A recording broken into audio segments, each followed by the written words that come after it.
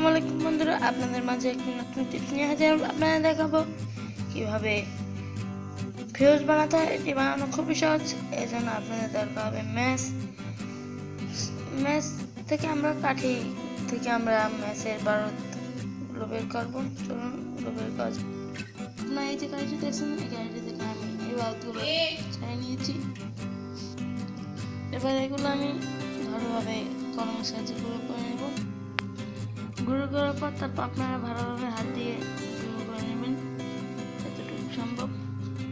তারপর দরকার হবে আপনাদের একটি কটন বার। কটন বারটির দোনো পাশ কেটে নিতে হবে। তারপর আপনারা একটি গ্যাস লাইটের সাহায্যে এক পাশ আটকিয়ে দেবেন। দেখুন আমি গ্যাস লাইটের সাহায্যে এক পাশ আটকিয়ে দিয়েছি। তারপর এই পাশ থেকে আমরা এবার তুলে এখানে ভরবো এরকমভাবে।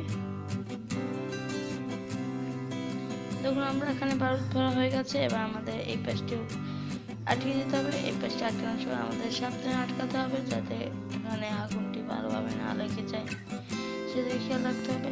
আমি এই পাশটি আস্তে আস্তে সাহায্যে আটকিয়ে দেব। দেখুন আমাদের দুটো পাশ আটকানো হয়ে গেছে। এবার আমাদের দরকার হবে ম্যাচের কাঠি। আমাদের সুন্দর করে দেখানোর জন্য আমি ম্যাচের কাঠিগুলো ইউজ করবো। কীভাবে ইউজ করবো সেগুলো আপনাদের এবার দেখাবো।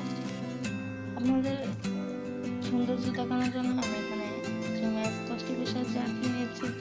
এখানে রয়েছে আমাদের ফিউজটি আমি এখানে লাগিয়ে দেব।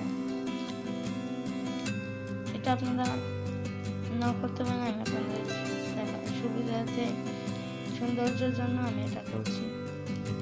এরকমভাবে লাগালাম। এটা আসলে আমরা এখন টেস্ট করে দেখবো এটা আসলে কত